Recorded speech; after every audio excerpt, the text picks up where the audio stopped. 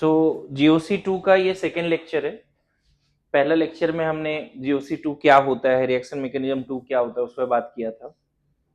Types of organic reaction and there mechanism के बारे में बात किया था। हम काइनेटिक्स का आइडिया है हमें, तो इंटरमीडिएट और TS क्या होता है ये सारी बात किए थे। क्या होता है कि रिएजेंट, कभी भी रिएजेंट का सिर्फ इलेक्ट्रोफाइल नहीं मिलता या सिर्फ न्यूक्लियोफाइल नहीं मिलता, दोनों साथ में मिलता है। ये पता है, कोई मार्केट में सिर्फ H+ नहीं बेच रहा है, HCl बेच रहा है। समझ में है? सिर्फ H+ को स्टोर करके रखना प्रैक्टिकल बातें नहीं, सिर्फ Na+ या NaCl- को सिर्फ स्टोर करना, NaCl बिक रहा है मार्केट में। तो रिएजेंट में दोनों पार्ट में कोई एक रिएक्टिव होगा हाईली, तो जो पार्ट रिएक्टिव होगा वो पहले ऑर्गेनिक कंपाउंड की तरफ जाएगा और ऑब्वियसली उस सेंटर को ढूंढेगा जहाँ इलेक्ट्रॉन डेंसिटी ज़्यादा है या कम है, डिपेंडिंग अपॉन कि इलेक्ट्रोफाइल है या न्यूक्लियोफाइल है। फिर उसके पुराने बॉन्ड टूटेंगे, नए बॉन्ड बनेंगे, और नया बॉन्ड टूटना, नया बॉन्ड बनना, पुराना बॉन्ड टूटना, यही तो ट्रांजिशन स्टेट है। और जब ये कांड हो गया तो इंटरमीडिएट बन जाता है। या फिर नए बॉन्ड टूटना, नए बॉन्ड बनना, पुराने बॉन्ड टूटने से डायरेक्ट प्रोडक्ट भी मिल सकता है, जरूर नहीं है इंटरमीडिएट बनेगा, लेकिन ये जरूर होगा TS जरूर बनेगा। बताए, कोई भी ऑर्गेनिक रिएक्शन या काइनेटिक्स में बोला है, कोई भी रिएक्टेंट डायरेक्टली प्रोडक्ट में नहीं जाता, बीच में कुछ कांड होते हैं, एंड उसको बनाने के लिए जो बीच में बनते हैं ट्रांजिशन स्टेट या इंटरमीडिएट, वो हाईली एनर्जेटिक होता है, उसके लिए एक्टिवेशन इजी लगती है। बताया ना ये सब बातें। उसके बाद मैंने बताया कि टाइप्स ऑफ GOC1 GOC2 में जो रिएक्शंस के टाइप्स हैं उसमें एडिशन है, सब्स्टिट्यूशन है, एलिमिनेशन है, oxidation, reduction, so many types है, बताया ना। फिर मैंने बताया कि एडिशन पढ़ते हैं, फिर एडिशन के भी 3 टाइप थे, electrophilic, nucleophilic and free radical. फिर मैं आ गया था इलेक्ट्रोफिलिक एडिशन में, और इलेक्ट्रोफिलिक एडिशन में जैसे आया तो हमें पता चला most common reaction given by alkene alkynes, है ना, और unsaturated hydrocarbons are electrophilic addition. फिर देखा कि किसी भी अल्कीन अल्काइन पे कोई रिएजेंट जाता है और एडिशन होता है, बट उसके 2 मैकेनिज्म है, एक है क्लासिकल कार्बोकेटाइन मैकेनिज्म, एक है नॉन क्लासिकल। हमने लिस्ट ऑफ 13-14 रिएजेंट देखे थे जो अल्कीन में ऐड होता है और अल्काइन में ऐड होता है ना, कुछ तो लिख ही दिए थे ना, लाइन बाय लाइन देखेंगे। क्लासिकल वाले में हमने क्या देखा था कि अल्कीन के तरफ पहले इलेक्ट्रोफाइल आता है, फुल फ्लेज कार्बोकेटाइन बनता है ना। तो हेडिंग दे दो इसके बाद, क्लासिकल नॉन क्लासिकल लिख लिया ना सब लोगों ने, तो इसके बाद हेडिंग दो rearrangement of carbocation. Classical non classical में पहले हम रीअरेंजमेंट ऑफ कार्बोकेटाइन पढ़ लेते हैं, फिर हम शुरू करेंगे क्या, क्लासिकल वाले मैकेनिज्म को, रीअरेंजमेंट ऑफ कार्बोकेटाइन, है ना। जेई मेंस एडवांस हर साल इससे 2 क्वेश्चन तो जरूर पूछेगा, मतलब ऐसे रिएक्शन जरूर होंगे ऑर्गेनिक में जहाँ पे कार्बोकेटाइन बनेगा, फुल फ्लेश बनेगा, और वहाँ रीअरेंजमेंट का ख्याल रखना चाहिए। बताता हूँ इस पे क्या मतलब है ना, लिख लो। whenever in any organic reaction, whenever in on any organic reaction, whenever in any organic reaction full fledged carbocation formed, whenever in any organic reaction full fledged carbocations formed, whenever in any organic reaction full fledged carbocation is formed, we must take care of rearrangement of carbocation formed if possible. We must take care of rearrangement of carbocation formed if possible. We must take care of rearrangement of carbocation formed if possible.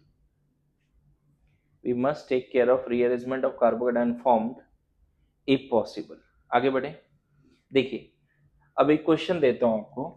ऐसा देखा गया, अभी मैंने आपको पढ़ा ही दिया था ये बातें, लेकिन फिर से मैं आपसे बोल रहा हूं, अगर इसमें HCl ऐड करेंगे तो जितना ज्ञान दिया उसके हिसाब से आंसर बताओ क्या होगा। मैंने ज्ञान दिया हुआ है आपको, कल पढ़ा दिया था। चलो नंबरिंग कर देता हूँ, बताओ डायरेक्ट प्रोडक्ट बताओ, मेजर। वन पे Cl होगा, वो मेजर होगा। मैकेनिज्म कल बताया ना, सबसे पहले H+ जाता है, क्या है मेजर, गेस करो कल का मैकेनिज्म के वन हिसाब पे से। CL होगा वो मेजर होगा। हाँ, अब देखो इसमें अगर तुम मैकेनिज्म समझ रहे हो तो मैं बताऊं, मेजर ये बनता है। अब देखो कुछ अलग सा बात हो गया ना, हाँ मेजर ये बनता है, कुछ अलग ही हो गया ना। माइनर में जो तुम बोल रहे हो वो बन सकता है, थोड़ा और थोड़ा बहुत ये भी बन सकता है ऐसा, लेकिन मेजर ये बनता है। अब देखो जहां पे मैंने 1 to 1 2 किया वहां क्लोरीन गया ही नहीं, वहां क्लोरीन गया ही नहीं, कुछ अलग अलग सा बात हो गया ना भाई। yes, वहाँ पे पॉजिटिव चार्ज सबसे ज्यादा स्टेबल रहेगा। अब देखो क्या हो रहा है, ये इस क्वेश्चन में अगर रीअरेंजमेंट की कंसेप्ट नहीं है तो नहीं बनेगी। सबसे पहले तो मुझे ये बताओ H प्लस कहाँ जाएगा। चलो दोनों पॉसिबिलिटी ले लेते हैं, 1 पे या 2 पे, दोनों ले लो पॉसिबिलिटी। पहला स्टेप तो तुम दोनों काम कर लो, बताओ H प्लस कहाँ जाएगा। वन पे ले लेते थे। पहले 1 पे ले लेते हैं। अगर H प्लस यहाँ गया ना बच्चे तो पाई इलेक्ट्रॉन भी उधर आएगा। अरे ये सुनो, दो पॉसिबिलिटी है इस मॉलिक्यूल का, इस बॉन्ड को तुम या तो ऐसे तोड़ दो, और ये बीच में तोड़ना नहीं है, मैं समझा, पॉजिटिव वहां से मैं समझाने के लिए बता रहा हूं, पहले ध्यान दो, मैं समझाने के लिए बता रहा हूं। अगर पाई बॉन्ड का हेटेरोलिसिस होगा, दैट इज इलेक्ट्रोमेरिक इफेक्ट, जब H प्लस आएगा ना तो पाई बॉन्ड का हेटेरोलिसिस होगा। हेटेरोलिसिस की दोनों पॉसिबिलिटी रखो, यहाँ नेगेटिव यहाँ पॉजिटिव, और यहाँ नेगेटिव, दोनों पॉसिबिलिटी रखो, लेकिन बीच में ऐसा कुछ डायनाइन नहीं बनाना है बच्चे, समझ गए। डायनाइन मतलब प्लस माइनस नहीं बनाना है, वो मैं समझाने के लिए बता रहा हूं। अब बताओ अगर ये H प्लस यहां गया, 2 पे गया, यहां पे गया मतलब यहां गया, यहां गया तो पाई इलेक्ट्रॉन भी उधर गया, यस नो। पाई इलेक्ट्रॉन जैसे उधर गया, यहाँ नेगेटिव आया और यहाँ H प्लस जुड़ गया, तो ये न्यूट्रल हो जाएगा ना बच्चे। फर्स्ट केस अगर 2 पे गया तो ये बनेगा, गुड टू गो। और अगर यही H प्लस यहां गया मतलब यहां गया, क्योंकि अगर H प्लस यहां जाए तो पाई इलेक्ट्रॉन भी उधर आएगा, यस नो। तो यहाँ पे प्लस और माइनस प्लस जुड़ के न्यूट्रल हो गया, तो क्या बन जाएगा। तो पहला स्टेप में तो डाउट ही नहीं है कि क्या बनाना है। अब बताओ पहला स्टेप में किधर जाना चाहिए, ये बनाए ये बनाए, GOC1 ये बनाए, ये बनता ही नहीं पहला स्टेप में, इधर जाना ही नहीं है। अरे 1 डिग्री कार्बोकेटायन लेस स्टेबल होता है, 2 डिग्री ज्यादा स्टेबल होता है, यस नो। इतना तो सिखाया GOC1 में, बढ़िया। हर स्टेप में GOC1 लगेगा, ये ध्यान में रखो। अब जैसे ही मैंने अभी क्या बोला, जैसे ही किसी भी रिएक्शन में कार्बोकेटायन बनता है एंड अगर वहां पॉसिबिलिटी है to get the more stable carbocation by 1 to shift, by 1 to shift को ही रीअरेंजमेंट बोल रहे हैं। मतलब रीअरेंजमेंट का दूसरा नाम भी आगे बदल जाएगा 1 to शिफ्ट। हम क्या करेंगे कि तुरंत यहां से जो H है इधर भेज देंगे, यहां से H माइनस निकाल के इधर जोड़ देंगे, that is called hyper conjugation type concept. यहां से H माइनस निकाला, H माइनस मतलब जब तक Cl माइनस आएगा उस समय तक 1 to H माइनस शिफ्ट हो चुका है, और Cl माइनस को दिखेगा ये वाला कार्बोकेटायन, वो दिखेगा ही नहीं। Internal shift is much faster than external attack, internal attack is much faster than, मतलब विद इन नो टाइम ये बना और यहां शिफ्टिंग होके ये बन गया, विद इन नो टाइम। इसी कांड को बोलते हैं रीअरेंजमेंट। और अब Cl माइनस इस पे जुड़ जाएगा। तो हम क्या कर रहे हैं, एडिशन जो क्लासिकल कार्बोकेटायन मेथड है उसका मैकेनिज्म लिखने के लिए हमें ये वाला स्टेप अगर नहीं आता ना तो हम नहीं लिख पाएंगे। अच्छा, ये जरूरी नहीं कि किसी भी रिएक्शन में कार्बोकेटायन बना और शिफ्ट होगा ही। भाई साहब पहला स्टेप में स्टेबल बन गया, शिफ्टिंग से कोई फर्क नहीं पड़ रहा है तो शिफ्ट नहीं करेंगे। जैसे कल मैंने प्रोपेन वाला कराया था, प्रोपीन वाला, पहला स्टेप में 2 डिग्री बना था। कल वाला एग्जांपल में देखो, नहीं कराया था क्या प्रोपीन वाला एक example. Rearrangement is the case of full fledged carbocation, है ना। whenever in any reaction there is a full fledged carbocation formed and there is possibility of rearrangement to get even more stable by 1 to shift, we must take care of that. Sir उसको 1 to shift क्यों बोल रहे हैं? क्योंकि ये मान लो 1 है ये 2 है, तो 2 का H माइनस यहां जाके जुड़ गया और प्लस यहां आ गया। सर वो वहां पे H माइनस ही क्यों गया? राइट साइड में तो और भी H माइनस से जा सकते हैं। देखो अगर तुम ये वाला H इधर लाओगे तो प्लस यहाँ आ जाएगा ना। पर वो हर स्टेप में स्टेबिलिटी बढ़ानी है, हर स्टेप में। अगर रीअरेंजमेंट से स्टेबिलिटी नहीं बढ़ रही है तो रीअरेंजमेंट मत करो। सर मुझे प्लस आई लगेगा तो वहां से लिया। अगर हम लोग वो वाले इधर से नहीं यहाँ से नहीं वो इधर वाला से कार्बोकैटायन दूसरा वाला कार्बोकैटायन हाँ वहां पे अगर हम लोग देखेंगे सपोज यहाँ भी रीअरेंज कर सकते हो। अगर ये बना है तो यहाँ से H माइनस इधर जाके प्लस यहाँ आएगा, तो फिर वापस वहां का वहां से H माइनस निकल के होगा 2 बार होगा, फिर ये बन जाएगा 2 बार होगा। लेकिन पहले स्टेप में ये बना ही नहीं ना, पहले स्टेप में क्या बना, वही बन गया।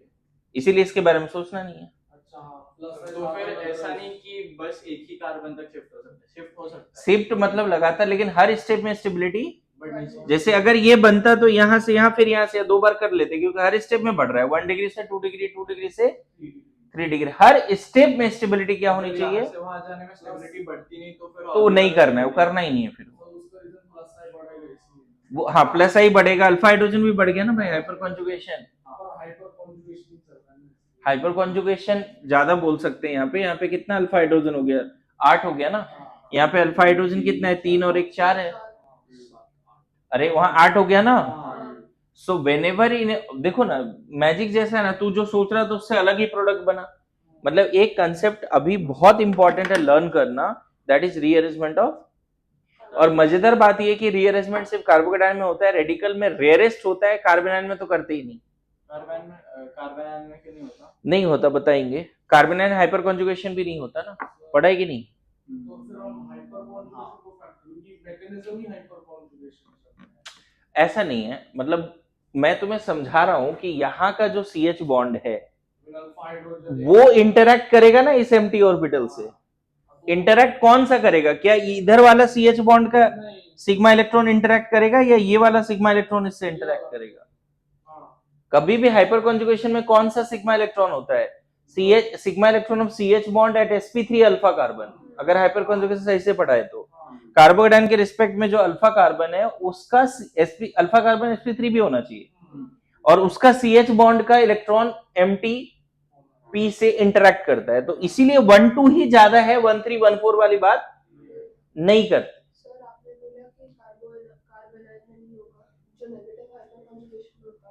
रिवर्स हाइपर कॉन्जुगेशन, लेकिन मैं वही बता रहा हूँ ना कि कार्बेनाइन के रीअरेंजमेंट से जेई आज तक क्वेश्चन नहीं पूछा, ना ही रेडिकल से पूछा। अगर होता भी तो सिलेबस में किससे पूछा उसने, बार बार हर बार 2-3 क्वेश्चन कार्बोकेटायन के रीअरेंजमेंट से रहता ही रहता है। मतलब at the end of the पूरी ऑर्गेनिक खत्म होगी ना, तो मैं तुमसे पूछूंगा कि तुम बताओ मुझे कौन कौन से ऐसे रिएक्शंस हैं जिसमें कार्बोकेटायन बनता है और रीअरेंजमेंट होता है। तो फ्यूचर में तुम बोलोगे कि sir electrophilic addition of alkene था क्लासिकल मैकेनिज्म। आज से 2 महीने बाद ये बात करोगे तुम बोलोगे सर न्यूक्लियो SN1 में भी कार्बोकेटायन बना था, ऐसे बोलोगे। E1 में भी कार्बोकेटायन बना था। अलग अलग रिएक्शंस पढ़ेंगे हम लोग जिसका नाम है। अभी हमने क्या पढ़ा, EAR में भी क्या सारे, नहीं सर नॉन क्लासिकल वाला नहीं, कौन सा वाला, क्लासिकल वाला। मेरी बात आई समझ में। चलो एग्जाम्पल लिखो पहले जल्दी।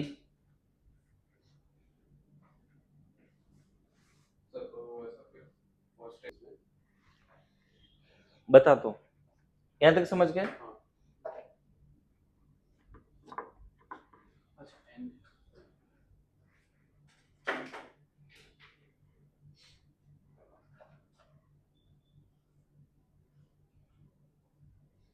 ठीक है, नोट में लिखो, rearrangement in carbocation takes place by 1-2 shift, by 1-2 shift.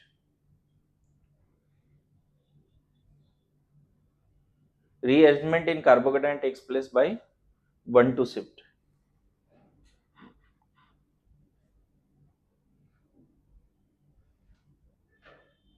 ठीक है, फुल स्टॉप। आगे लिखो, in each shift stability of carbocation must increase. In each shift stability of carbocation must increase. In each shift stability of carbocation must increase.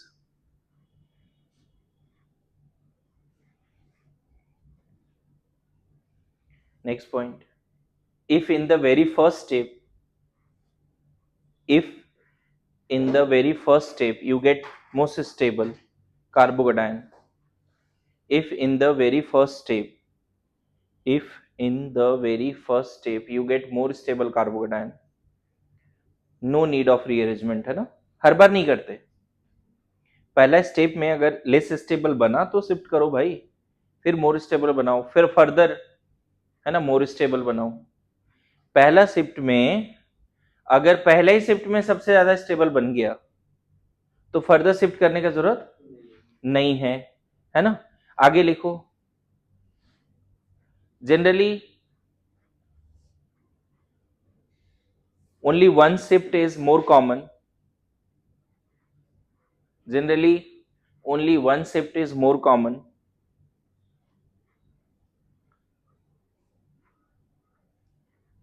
but more than one shift can be possible, but more than one shift can be possible, but more than one shift can be possible,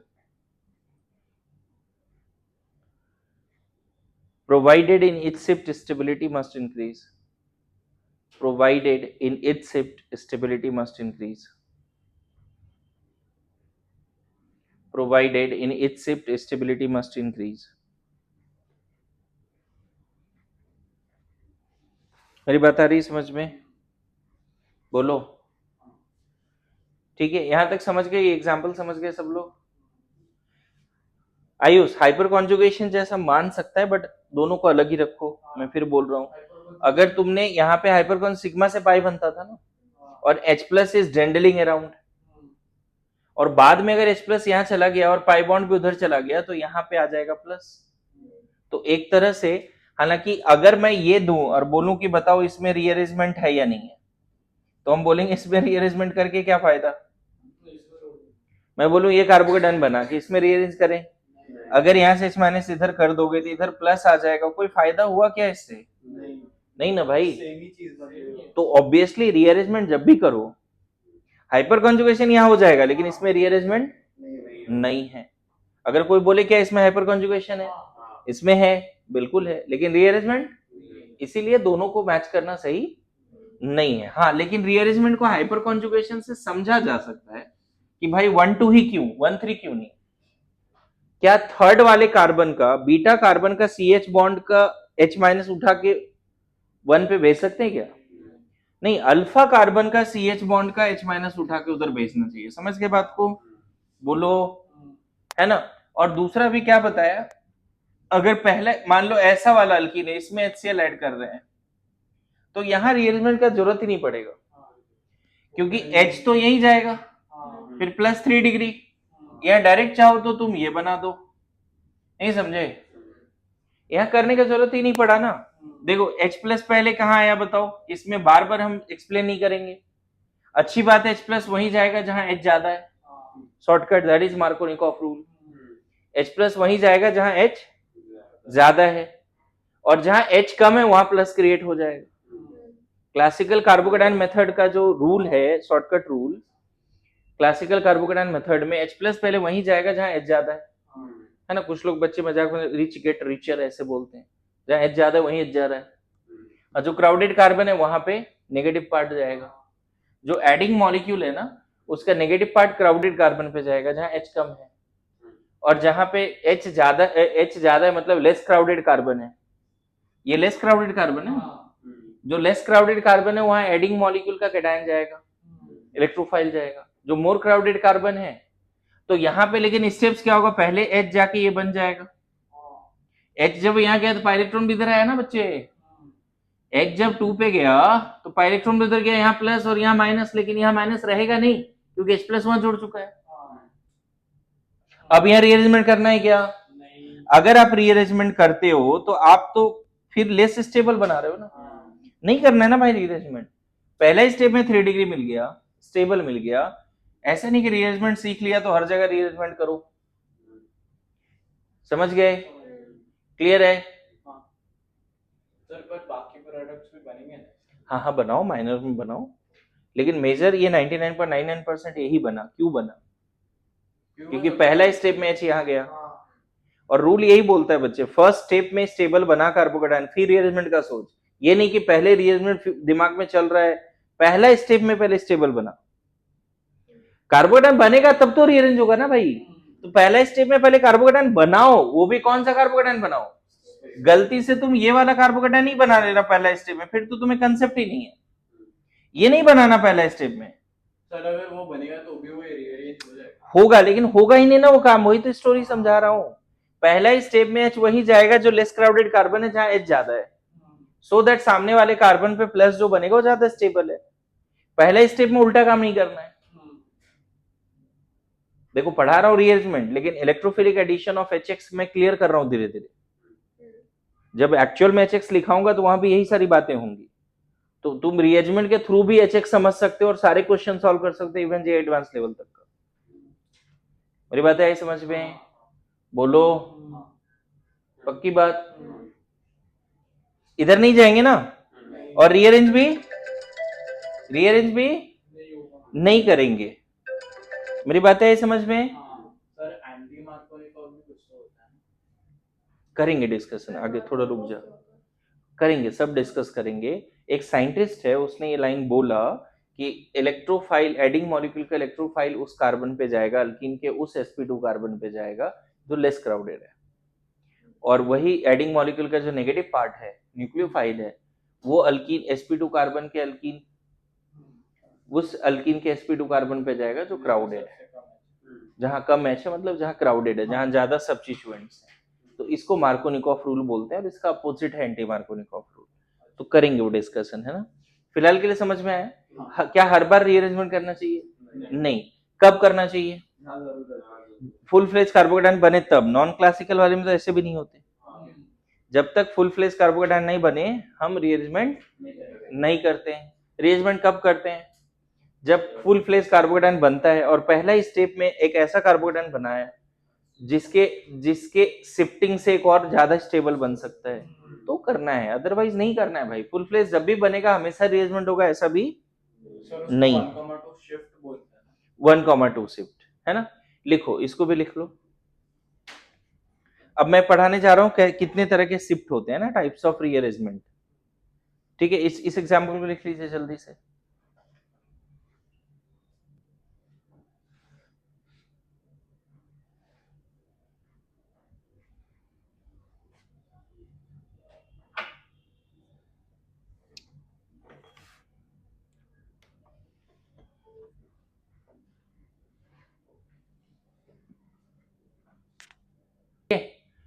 मैं doubts पूछने में दिक्कत नहीं है मेरे को, लेकिन सब चीज आगे एक्सप्लेन करेंगे ही। हाँ, ये जो टाइप का हाइपरकॉन्जुगेशन थ्रो है ना, पूरा ही अलग है। अलग मानो भाई, अलग बोल तो रहा हूँ। हाइपर कॉन्जुगेशन लाओ ही मत यहाँ पे बिल्कुल भी। रीअरेंजमेंट एक अलग प्रॉपर्टी है कार्बोकेटाइन की। कार्बोकेटाइन में भी हाइपर कॉन्जुगेशन होता है, कार्बोकेटाइन में रीअरेंजमेंट भी होता है, दो अलग अलग प्रॉपर्टीज है। समझ गए मेरी बात को? नाउ लिखो types of rearrangement. Types of rearrangement, तो देखो उसमें क्या क्या है। पहले तो है 1,2 हाइड्राइड शिफ्ट, क्या बोलते हैं इसको? 1,2 हाइड्राइड शिफ्ट। फिर बोलते हैं 1,2 अल्काइल शिफ्ट।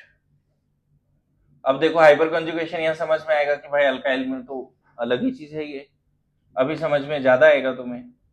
फिर होता है 1,2 फेनाइल शिफ्ट। 1,2 phenyl shift. फिर होता है रिंग एक्सपेंशन। फिर होता है रिंग कॉन्ट्रैक्शन। फिर 1,2 बॉन्ड शिफ्ट भी होता है। कुछ कुछ केसेस हैं जिसमें 1,2 बॉन्ड शिफ्ट भी होता है। चलो डिस्कशन करना शुरू करें आगे, क्या है वो सारे वन बाय वन। सर 1 से कनेक्टेड है क्या 1,2 बॉन्ड्स? 1,2 बॉन्ड शिफ्ट, हाँ लिखो लिखो। ये सब का अलग-अलग ये करना। सब पढ़ेंगे बारी बारी से, कहाँ हाइड्राइड शिफ्ट होगा, कहाँ अल्काइल शिफ्ट होगा, देखेंगे। देखा वो हाइड्राइड। अभी जो एक एग्जांपल देके बताया था वो कैसा शिफ्ट था? हाइड्राइड शिफ्ट था, है ना? हाँ एक बार फिर से देख लेंगे उसको, कोई दिक्कत नहीं है। लेकिन कोई बोले रीअरेंजमेंट ऑफ कार्बोकेटाइन कितने तरह के होते हैं, तो पहले तो बोलना 1,2 शिफ्ट के थ्रू होता है। रीअरेंजमेंट ऑफ कार्बोकेटाइन किसके थ्रू होता है? 1,2 शिफ्ट के थ्रू होता है। रिएक्शन भी 1 2 के थ्रू ही होता 1 2 के थ्रू होता है। फिर कितने तरह के होते हैं, तो ये सारे अलग अलग। हाँ, रिंग एक्सपेंशन कॉन्ट्रैक्शन भी 1 2 के थ्रू ही होते हैं, लेकिन बड़ा अच्छा क्वेश्चन बन जाता है कभी कभी रिंग एक्सपेंशन कॉन्ट्रैक्शन पे, है ना। ठीक है, आगे बढ़े।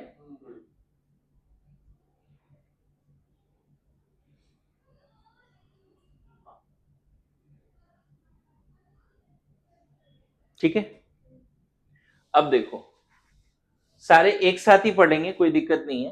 पहले ही स्टेप में हम क्या पढ़ रहे हैं, 1 2 हाइड्राइड अल्काइल, सब एक साथ पढ़ लेते हैं ना। रिंग एक्सपेंशन अलग हेडिंग देंगे, एंड फिनाइल, ये एक साथ पढ़ लेते हैं। ठीक है, मान लो किसी रिएक्शन में ये कार्बोकेटायन बन गया, इसको ऐसे दिखाएं। अगर कोई पूछे क्या यहां शिफ्टिंग है, शिफ्टिंग है, अब बगल वाले कार्बन पे क्या क्या दिख रहा है, 2H एक मिथाइल दिख रहा है। अगर सही से देखोगे बगल वाले कार्बन पे क्या दिख रहा है, 2H एक मिथाइल, यही दिख रहा है ना बच्चे। अब बताओ अगर मिथाइल उठा के उधर ले जाएं, पूरा मिथाइल CH3 माइनस को उठा के यहां लगा दें, प्लस यहां से वही बनेगा ना, कुछ अलग बनेगा क्या, पूरा मिथाइल उठा के उधर ले जा रहे हैं। तो जहां पे पॉसिबिलिटी अल्काइल और फेनाइल दोनों सबकी पॉसिबिलिटी है, hydride shift is the fastest, migratory aptitude of H minus shift 1 to shift is fastest because of their lightest weight and most electron density. H minus देख रहे हो, एक इलेक्ट्रॉन एक extra मिल गया तो 100% चार्ज बढ़ गया ना उसकी, एक ही इलेक्ट्रॉन पहले से था, एक और मिल गया हाइड्रोजन को, तो H माइनस की इलेक्ट्रॉन डेंसिटी बहुत ज्यादा है, तो वो ग्रुप जल्दी शिफ्ट होता है, वो एटम या ग्रुप जल्दी शिफ्ट होता है, उसकी माइग्रेटरी स्पीड ज्यादा होती है, एप्टीट्यूड ज्यादा होती है, जिसकी साइज छोटा है और उसकी इलेक्ट्रॉन डेंसिटी भी ज्यादा है। ज्यादातर तो इलेक्ट्रॉन डेंसिटी की बात करते हैं। सर आप मैकेनिज्म वापस एक बार समझा सकते हो इसमें? बता रहा हूँ। तो यहां से H माइनस इधर कर दें, डायरेक्ट कर दें, क्या बन जाएगा, ये बन गया।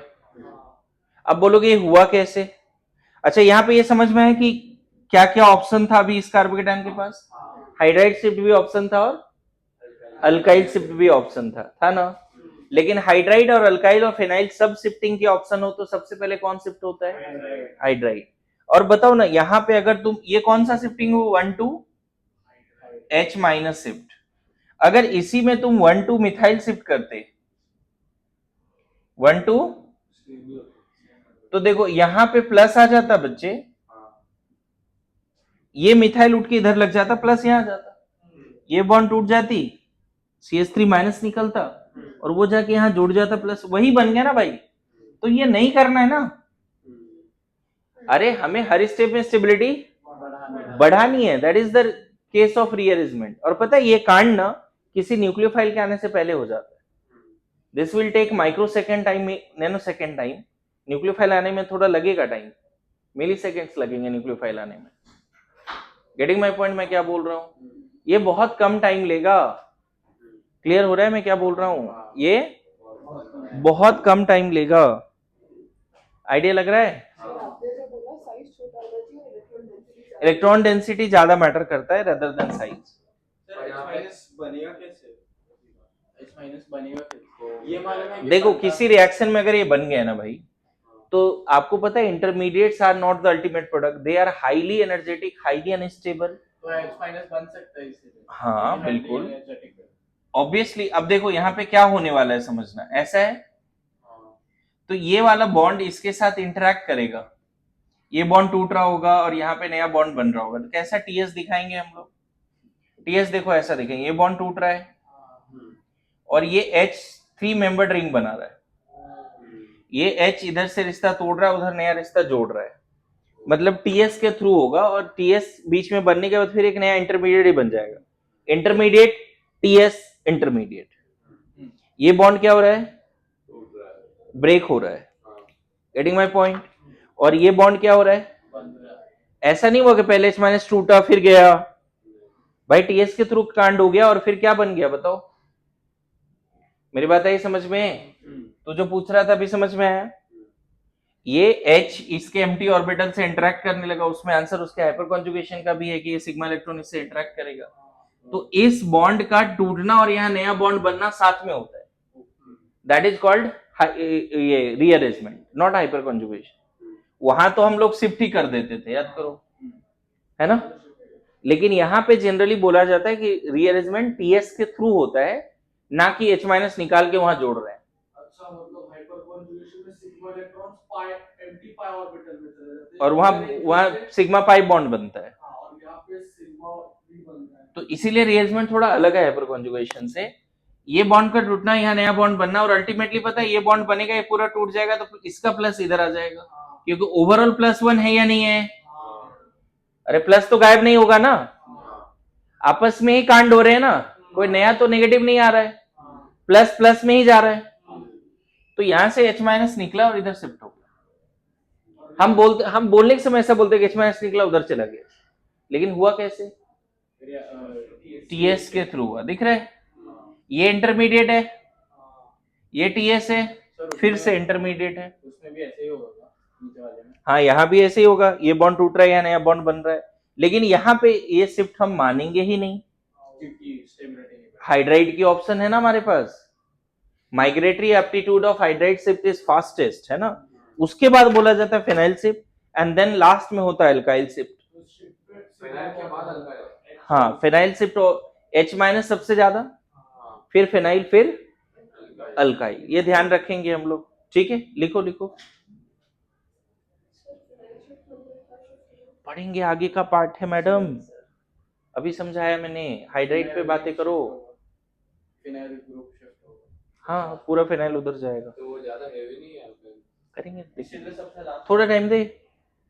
देखो तीनों लिखा है, अभी क्या डिस्कस किया है? हाइड्राइड।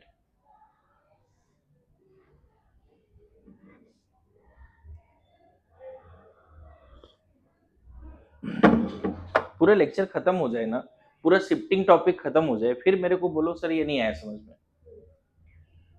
बीच बीच में क्या होता है, टॉपिक खत्म हुआ नहीं, जो डाउट्स तुम्हारे दिमाग में आ रहे हैं सब यहाँ एंटरटेन होने वाले हैं, लेकिन उसका एक टाइम है, उसका टाइम आएगा, समझ रहा है। तो थोड़ा सा सब्र कर। जैसे उसको अभी क्लैरिटी नहीं है हाइपर कॉन्जुगेशन और ये, तो वो सही डाउट था कि नहीं, वो तो यही क्लियर होना चाहिए था।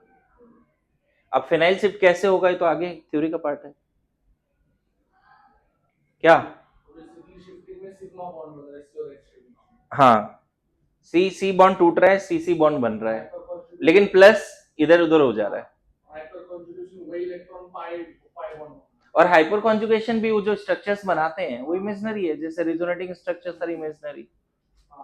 बस हाइपर कॉन्जुगेशन से ये बाद में बोल देते हैं कि वो कार्बोकेटाइन ज्यादा स्टेबल है जिसका अल्फा एच ज्यादा है। हाँ, और यहाँ पे देखो, यहाँ और अच्छा सीखोगे, अल्फा एच 2 है, इसका अल्फा एच 6 हो गया ना बच्चे। तो ऑब्वियसली हर स्टेप में अगर एच बढ़ जा रहा है अल्फा एच, तो शिफ्टिंग करो भाई, शिफ्टिंग करो। यहाँ मिथाइल शिफ्ट क्यों नहीं किया? नोट में लिख लेना, hydride shift is fastest because of their lightest base and most electron density. Hydride shift is fastest, migratory speed, वही तो बोल रहा हूं, माइग्रेटरी स्पीड या migratory aptitude of hydride shift is fastest, है ना।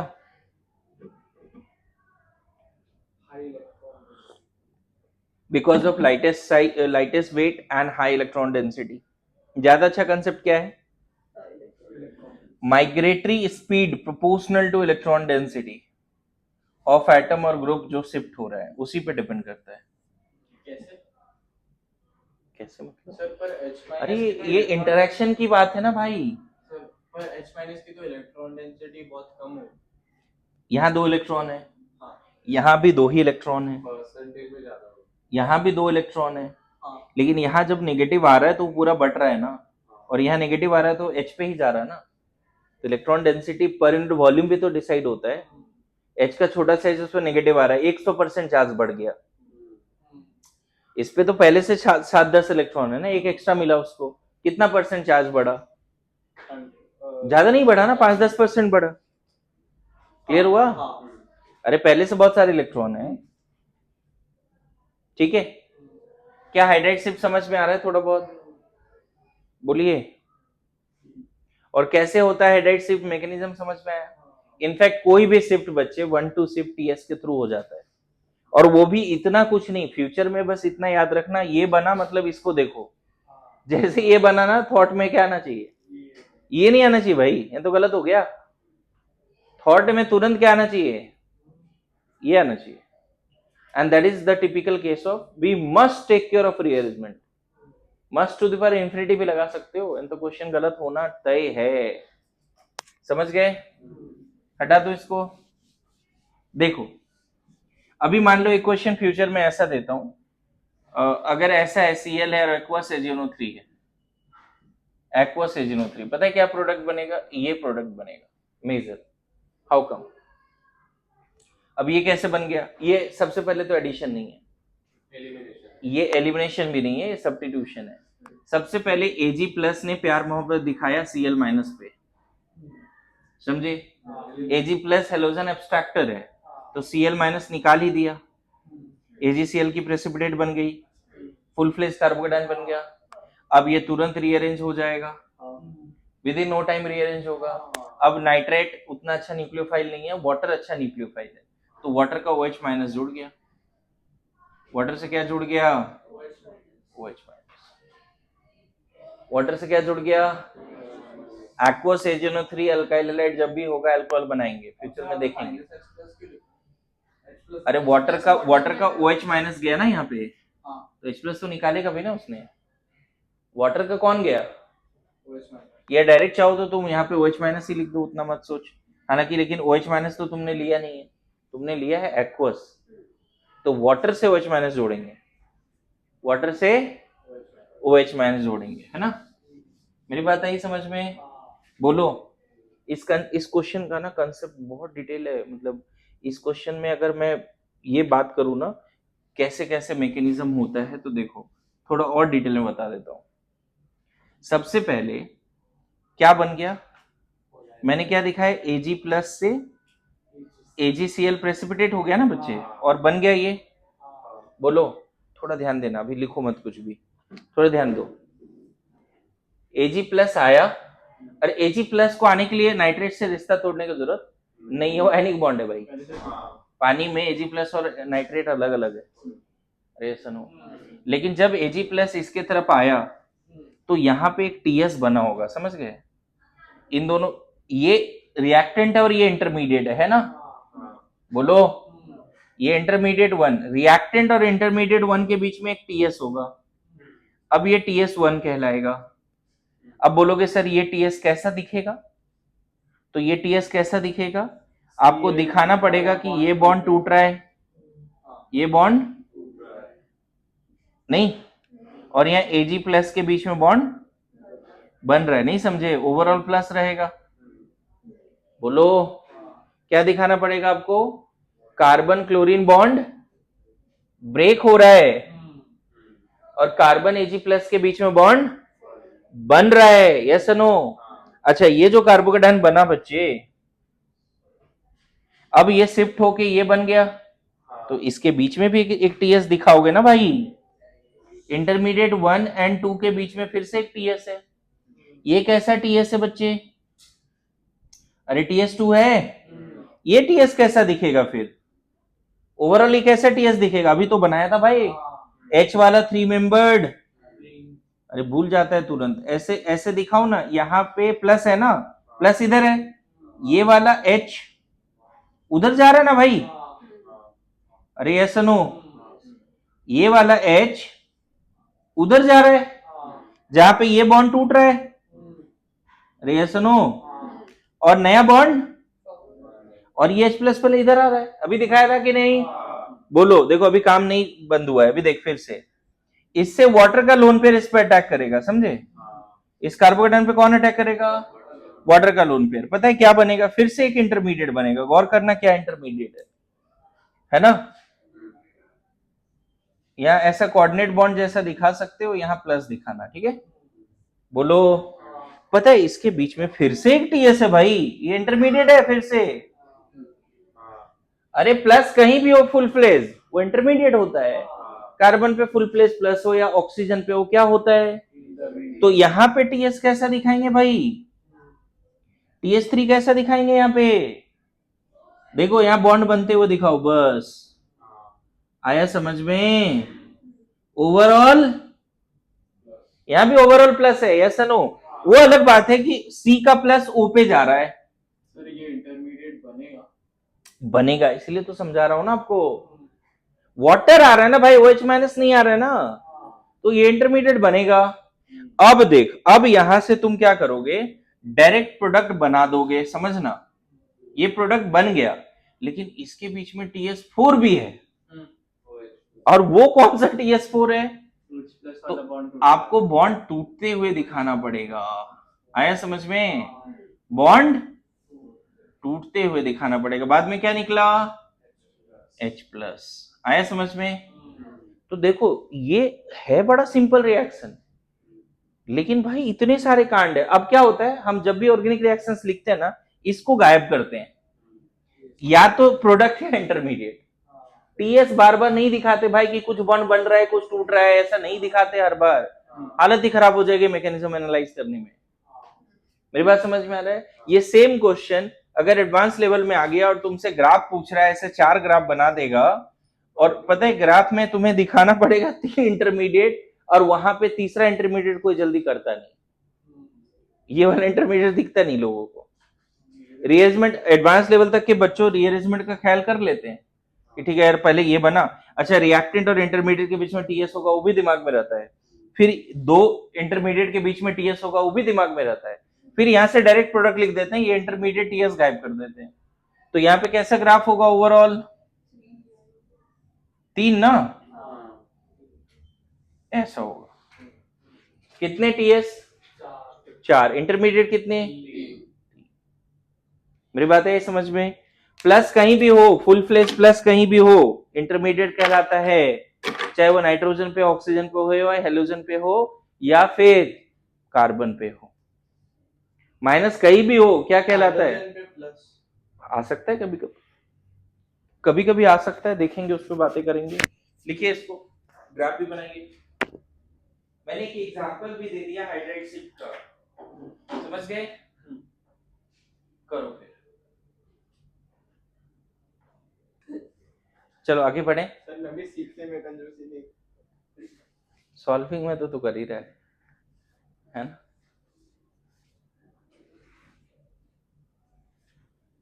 आगे बढ़े। देखो तो ये बात समझ में आ गई सबको? पक्का? अब कैसे इंटरमीडिएट बनता है, और जब भी शिफ्ट होती है तो एक इंटरमीडिएट से नया इंटरमीडिएट बनता है, तो 2 इंटरमीडिएट के बीच में टीएस होगा ही। रिएक्टेंट और इंटरमीडिएट के बीच में भी टीएस होगा, इंटरमीडिएट और प्रोडक्ट के बीच में भी टीएस होगा। समझ गए ना? ठीक है। अब मान लो ये क्वेश्चन है, ऐसा है, यहाँ पे Cl है, एक्वस AgNO3 है, क्या बन सकता है सोचो। अभी जो पढ़ा है उसके हिसाब से आंसर कर दो जल्दी से।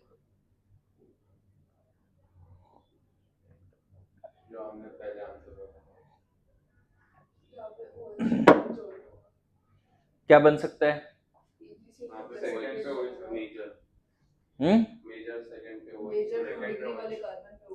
इनफैक्ट यहाँ पे हाइड्राइड शिफ्ट का ऑप्शन ही नहीं रखा मैंने।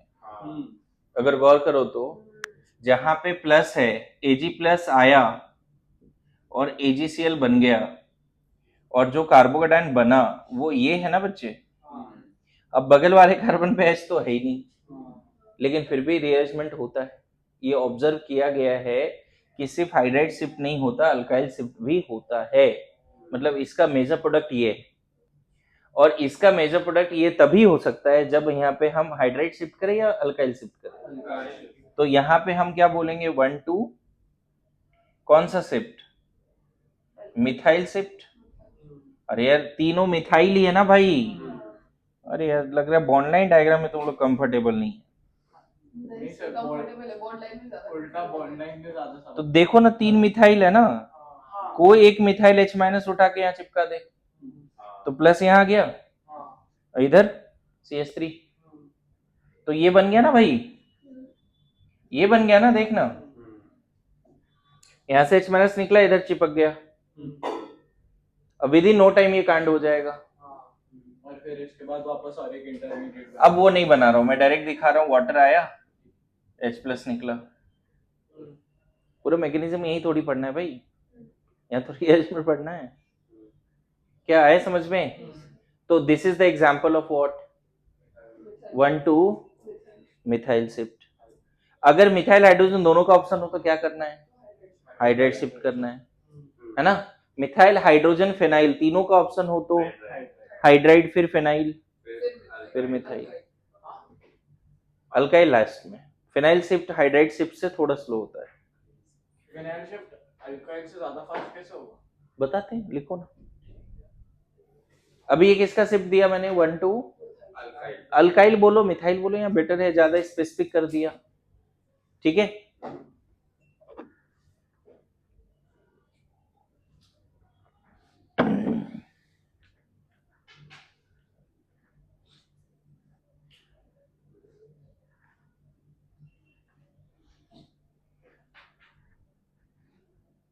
खैर यहां तक हो गया सबका।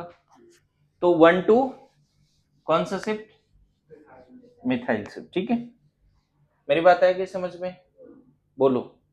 अब यहाँ पे देखो क्या है कि अगर मान लो मैं यहाँ पे 3 मिथाइल ग्रुप ले लेता हूं, मान लो मैंने मिथाइल नहीं लेके isopropyl, ethyl and tert butyl group ले लिया।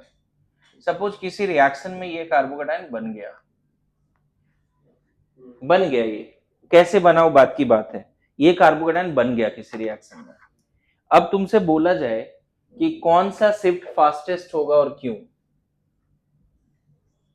1, 2, 3 इथाइल शिफ्ट। अगर ये पूरा इथाइल यहाँ गया तो यहाँ इथाइल जुड़ जाएगा, 2 कार्बन, यहाँ प्लस आ जाएगा। ये पूरा उठ के यहाँ गया तो प्लस यहाँ आएगा, यहाँ आइसोप्रोपाइल जुड़ जाएगा।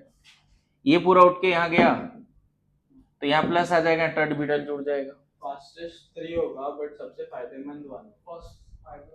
तो करते हैं, तीनों शिफ्ट करके देखते हैं क्या क्या कार्बोकेटाइन बन रहा है। माइग्रेट भी तो थर्ड का होगा, सेकंड और थर्ड। इलेक्ट्रॉन डेंसिटी के हिसाब से इसका इलेक्ट्रॉन डेंसिटी ज्यादा है, क्योंकि यहाँ 3 प्लस आई जुड़ा है ना, तो इस बॉन्ड में और इलेक्ट्रॉन डेंसिटी बढ़ जाएगी, तो ये और जल्दी उधर जाएगा, और उससे फायदा भी ज्यादा हो रहा है, मैं बताता हूँ। चलो आप एक काम करो, चलो ना तीनों शिफ्ट करके 3 कार्बोकेटाइन बनाओ और बताओ कौन सा फास्टेस्ट है। सर बॉन्ड लाइन बना सकते हैं? हाँ हाँ बिल्कुल बनाओ, कोई दिक्कत नहीं है। तीनों कार्बोकेटाइन बनाइए बच्चे, और समझ लीजिए कि कौन सा शिफ्ट फास्टेस्ट है ना वाई। तुम्हें चाहिए बॉन्ड लाइन बनाना है, बना लो, कोई दिक्कत नहीं।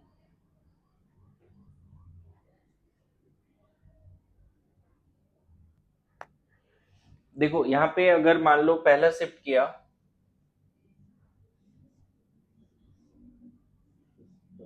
तो ये बन जाएगा,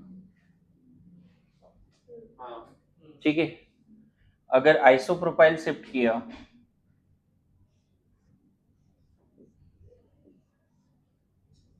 तो ये बन जाएगा।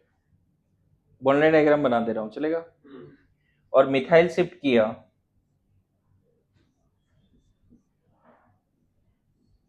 तो ये बन जाएगा, ठीक है। अब देखो सब जगह 3 डिग्री है, लेकिन यहाँ अल्फा एच कितना है? 1, 2 और 2, 5 ना। यहाँ अल्फा एच कितना है? 2, 2, अल्फा एच यहाँ पे 4 है, लेकिन यहाँ भी 3 डिग्री, यहाँ पे भी अल्फा एच 1 और 2, यहाँ भी 3 डिग्री सी प्लस है, बट अल्फा एच 3, समझे? तो ऑब्वियसली नो डाउट यहाँ पे माइग्रेटरी स्पीड क्या बोलोगे?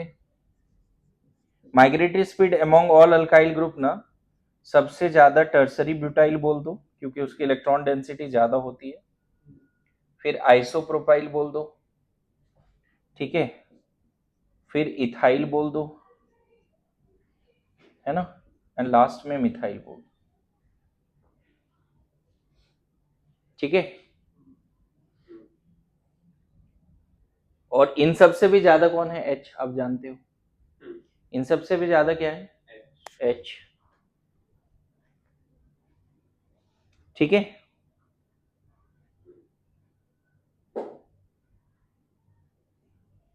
अल्फा एच सबसे ज्यादा देखो ना उसी का इस दो फायदे हुए वहां पे, हालांकि हम वो नहीं देखे, फ्यूचर नहीं देखे, हमने देखा इलेक्ट्रॉन डेंसिटी जिस पे ज्यादा है वो जल्दी शिफ्ट होगा। और मजेदार बात ये है कि टर्सरी ब्यूटाइल शिफ्ट होने से भी सबसे ज्यादा अल्फा एच वाला कार्बोकेटायन बना है। लेकिन मैं बताऊं ये काइनेटिक प्रॉपर्टी है, थर्मोडायनेमिक देख के नहीं किया है हमने, काइनेटिक प्रॉपर्टी है। टर्सरी ब्यूटाइल का इलेक्ट्रॉन डेंसिटी ज्यादा होने की वजह से वो पहले जाएगा, ठीक है। इसलिए फिनॉल भी पहले जाएगा। हाँ बताता हूँ वो चीजें, यहाँ तक समझ गए सब लोग? हर जगह 3 डिग्री बना है। सर यहाँ पे आप एक कार्बन मिक्स नहीं करेगा कहाँ पे? ये अच्छा इथाइल जाएगा ना, हाँ सॉरी मैं मिथाइल सोच रहा था, अभी सही है। चलो मैं यहाँ मिथाइल सोच लिया था इसलिए वो गलत हो गया, वहां पे 2 दिखा दो, सही है।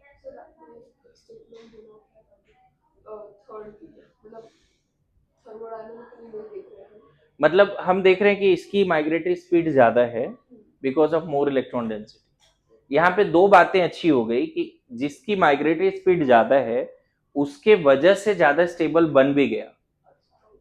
लेकिन अगर ऐसा नहीं होता ना तो भी हम स्पीड क्या बोलते, इसकी ज्यादा। मेरी बात आई समझ में? यहाँ पे 2 चीजें फिट हो गई कि जिसकी स्पीड की कॉन्ट्रडिक्शन हो सकता है बिल्कुल, जिसकी स्पीड ज्यादा है उस केस में जो सबसे ज्यादा स्टेबल होगा वही मेजर थर्मोडायनेमिकली बिल्कुल, तो क्योंकि हाई टेम्परेचर पे हो रहा है तो उसी डायरेक्शन में जाएंगे। समझ गए? धीरे धीरे कंसेप्ट और क्लियर कर देता हूं मैं, थोड़ा सा टाइम दे दो, ठीक है ना। 1 to अल्काइल शिफ्ट और 1 to हाइड्राइड शिफ्ट हो गया। अब देखो अगर एक रिंग है यहाँ पे और बगल में कार्बन है और मान लो शिफ्टिंग से स्टेबिलिटी बढ़ भी रही है, शिफ्टिंग से स्टेबिलिटी बढ़ रही है, मैं वो केस अभी डिफाइन नहीं कर रहा हूं, लेकिन 1 to फेनाइल शिफ्ट कैसे होता है उसको बता देता हूं। मैं यहाँ नहीं बोल रहा हूँ कि कैसे इधर गया और यहाँ ज्यादा स्टेबल हो गया, वो भी नहीं बोल रहा हूँ, लेकिन ये जरूर है कि इसको यहाँ जाने से स्टेबिलिटी प्लस जब यहाँ जाएगा तो स्टेबिलिटी बढ़ जाएगी। जैसे मान लो यहाँ भी 2 फेनाइल ले लो, अब बताओ अगर मैं इसको इधर शिफ्ट कर दूं तो फायदा नहीं होगा क्या? अरे ये सुनो, अभी बताओ यहाँ 1 डिग्री कार्बोकेटायन है, रेजोनेंस भी नहीं है क्या रेजोनेंस? लेकिन अगर तुमने 1 to फेनाइल शिफ्ट किया तो देखो 1 to फेनाइल शिफ्ट कैसे होता है, ध्यान से देखना सब लोग। 1 to फेनाइल के शिफ्ट में पहले पाई बॉन्ड टूटता है, यहाँ नेगेटिव यहाँ पॉजिटिव, सिग्मा नहीं टूट रहा है, पहले क्या टूट रहा है, और फिर ये नेगेटिव इस पे अटैक कर रहा है 1 by 1। तो बीच में टीएस कैसा बनता है, सब लोग ध्यान देना, सब लोग ध्यान दीजिए, है ना।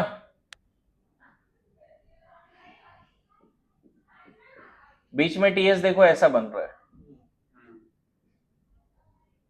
ऐसा है, इस बॉन्ड का टूटना या नया बॉन्ड बनना सब साथ में, क्लियर है? प्लस ओवरऑल, बोलो यहां तक समझ में आ रहा है?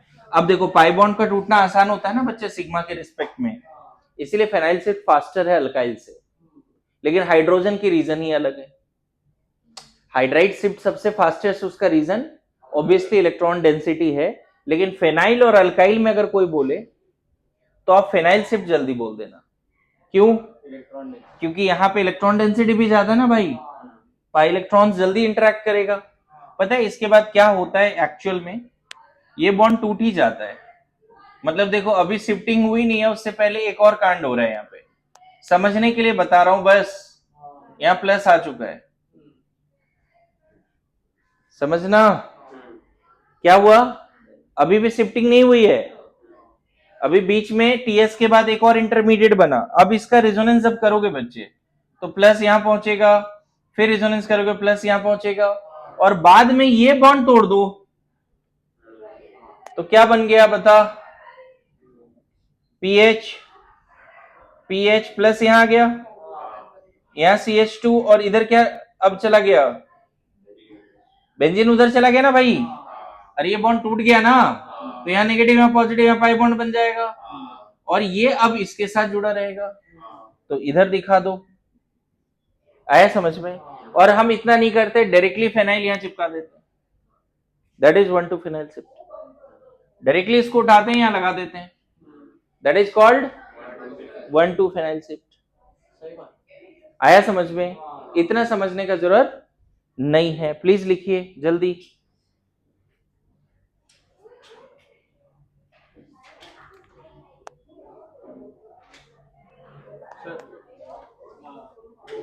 पूछना चाहिए। कौन लोग हैं जी? कहाँ बातें चल रही है? देखिए आप बैठे रहे बच्चे। क्लास के बाद बात करते हैं। उधर बोलो, थोड़ा शांत रहना, दिक्कत हो रही है। आया समझ में कैसे हो रही है शिफ्टिंग? पक्का?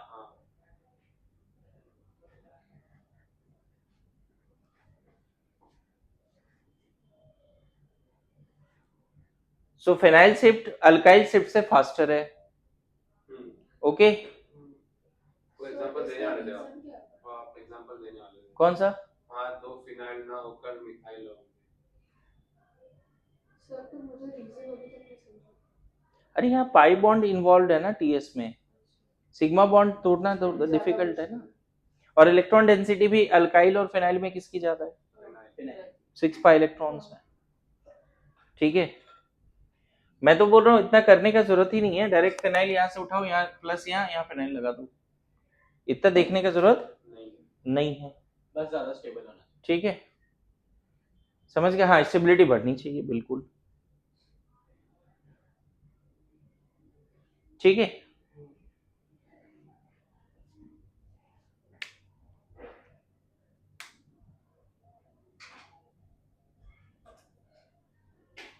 सर मेरी आज एमएससी आ रही है। गुड। ये खत्म करो इसको, 500 लेवल 4 तक खत्म करना है इसको।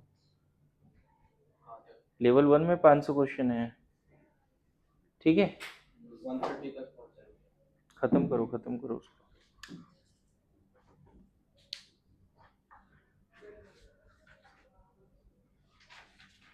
डन।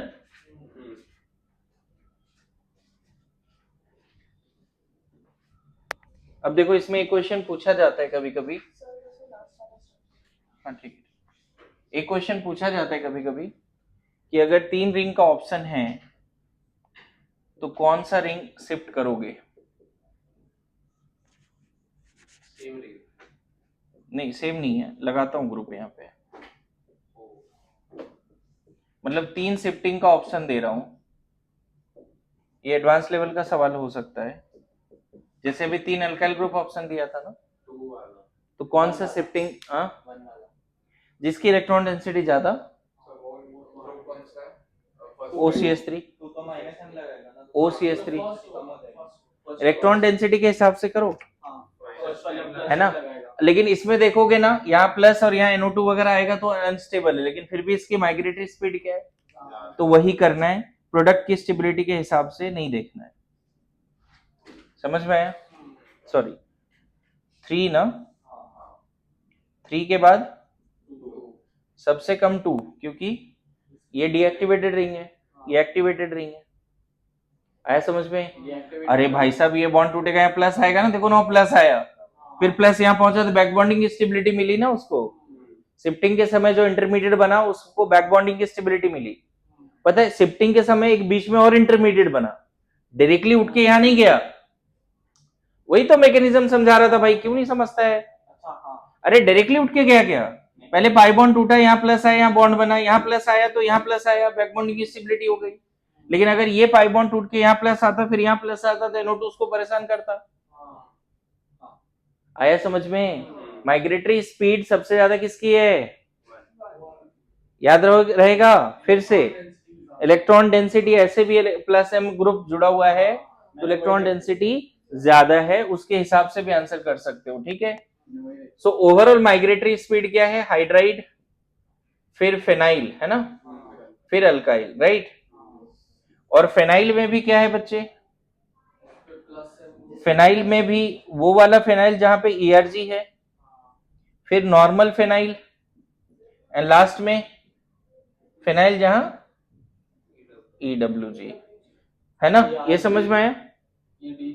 इलेक्ट्रॉन रिलीजिंग भी बोल सकते हो। अल्काइल में भी कौन सा शिफ्ट सबसे पहले है? बोलो। टर्शियरी फिर सेकेंडरी फिर प्राइमरी। समझ में आया? तो ये ध्यान में रखना है रीअरेंजमेंट में, ठीक है। रिंग एक्सपेंशन कंट्रैक्शन कल पढ़ाऊंगा, इसमें कुछ क्वेश्चन भी कल कराऊंगा, ठीक है। चलो टेक केयर। सर इसमें रिएक्शन